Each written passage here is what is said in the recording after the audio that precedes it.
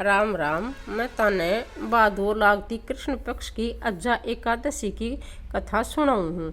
तो यह अपन ने परसों के दिन इतवार के दिन यानी अपन ने आज तो होगी नवमी और काल दशा है और परसों या एकादशी को व्रत है। तो यह एकादशी है अज्जा नाम की और भादो लागती कृष्ण पक्ष की है यानी लागती में या 11 से अपन ने करनी है। तो देखो 11 को व्रत है, यो सबने ही करना चाहिए और बहुत ही अच्छी है। यो बहुत अपना पाप नष्ट करने को व्रत है और इन्हें सब ने करना भी चाहिए। अपने से जिंदगी में छोटा मोटा पाप तो होता ही रहे हैं। तो मान लो कीड़ी भी पक्का तला दब जाए है तो अपन पाप तो लग गई है ना। तो इनको मतलब है कि अपन यो व्रत करना ही चाहिए। और ध्यानपूर्वक कथा सुनो। तो मैं तुम्हें कथा कह दी हूँ। कुंती पुत्र युधिष्ठिर बोले कि हे जनार्दन, अब आप मुझे भादो मास की कृष्ण पक्ष की एकादशी के बारे में बतलाइए। उस एकादशी का नाम तथा विधि क्या है तो समझाइए, विस्तार पूर्वक कहिए। श्री कृष्ण भगवान बोले कि हे जनार्दन, भादो की कृष्ण पक्ष की एकादशी का नाम अज्जा है। उसे अज्जा कहते हैं। जो मनुष्य इस दिन भगवान की भक्ति पूर्वक पूजा करते हैं तथा व्रत करते हैं, उनके समस्त पाप नष्ट हो जाते हैं।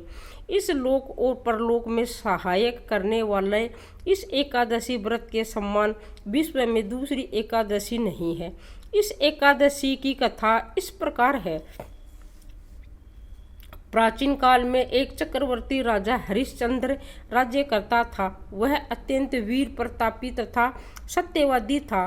उसने किसी अज्ञात कर्म तथा प्रज्ञा से राज्य को त्याग दिया और अपनी स्त्री तथा पुत्र को बेच डाला। वह स्वयं एक चंडाल का सेवक बन गया। उसने चंडाल के यहाँ कफन लेने का काम किया, परंतु उससे इस आपत्ति के काम में सत्य को न छोड़ा, सत्य ही बोलता रहा। जब इस प्रकार रहते हुए उनको बहुत वर्ष हो गए तो उसने अपने इस नीच कर्म पर बड़ा दुख हुआ और उसने मुक्त होने का उपाय खोजने लगा। वह उस जगह सदैव इसी चिंता में लगा रहता कि मैं क्या करूं। एक समय जब कि वह चिंता कर रहा था, गौतम ऋषि आए। राजा ने उन्हें देखकर प्रणाम किया और अपने दुख की कथा सुनाने लगे। महर्षि गौतम राजा के दुख से पूर्ण वाक्यों को सुनकर अत्यंत दुख हुआ और राजा से बोले कि हे राजन, भादो के कृष्ण पक्ष की अजा एकादशी होती है। इस एकादशी का विधि पूर्वक व्रत करो और रात्रि जागरण करो। इससे हम तुम्हारे समस्त पाप नष्ट हो जाएंगे। गौतम ऋषि राजा ने इस प्रकार कहकर अंतर ध्यान हो गए। हे राजा, यह सब राजा अजा एकादशी के व्रत का प्रभाव है। तो इस एकादशी प्रभाव था। जो मनुष्य इस एकादशी को विधि पूर्वक करता है तथा रात्रि जागरण करते हैं, उनके समस्त पाप नष्ट हो जाते हैं और अत्यंत अंत समय स्वर्ग को जाते हैं। इस एकादशी की कथा श्रवण मात्र से ही अश्वमेघ का यज्ञ का फल मिलता है। तो इस एकादशी को सबको करना चाहिए। ये एकादशी पाप नष्ट करने का एक साधन है और एकादशी व्रत तो सबको करना ही चाहिए। तो एकादशी व्रत करने का नियम क्या है? सुबह जल्दी उठकर नहा धोकर पूजा पाठ करके और अपने को विधि पूर्वक पूजा करनी चाहिए। और इसका व्रत करने का नियम ये है कि 10वीं के दिन से ही इनका नियम होना चाहिए। 10वीं के दिन एक समय खाना खाएं और रात को कुल्ला दातन मंजन करके फिर ही सोना चाहिए। क्योंकि अपन सुबह है कोलगेट ब्रश मुंह में लेते हैं तो ये पता नहीं किसी की बाल से बनी हुई है, तो ये प्लास्टिक शुद्ध नहीं होती। इसलिए कोलगेट मंजन जो भी करना है वो आपको रात को ही करना चाहिए। क्योंकि इसलिए कि अपने मुंह में अनाज का कोई दाना न रह जाए दांतों में फंसा हुआ। इसलिए रात को मंजन करके ही सोना चाहिए। सुबह जल्दी उठे, नहा धोकर पूजा पाठ करें। एकादशी के व्रत सुबह मुंह में ब्रश कोलगेट नहीं लेनी चाहिए। पहले दिन तुलसी के पत्ते तोड़ के रखें। एकादशी के दिन तुलसी नहीं तोड़नी चाहिए, पहले दिन तोड़ के रख लेनी चाहिए और तुलसी जरूर चढ़ाना चाहिए। ये 11 की विधि है तो मैं आपको कह रही हूँ। एकादशी की 11 की कथा सुनने के बाद में श्री ठाकुर जी महाराज, विष्णु भगवान, लक्ष्मी माता, इनकी आरती और इनका एक माला जरूर करना चाहिए। उसके बाद अपने ये लड्डू गोपाल जी है तो लड्डू गोपाल जी को भी श्रृंगार करना चाहिए और गंगा जल से स्नान कराना चाहिए। और यह है विष्णु भगवान, लक्ष्मी माता है, ये कृष्ण भगवान है, इनकी भी पूजा करनी चाहिए। और इसके बाद में जगदीश जी की आरती, तुलसी माता की आरती, बद्रीनाथ की आरती और कृष्ण भगवान की आरती, कुंज बिहारी की आरती और गणेश जी महाराज की आरती, ये सब अपने को करनी चाहिए। गंगा जमुना की भी आरती जरूर करनी चाहिए।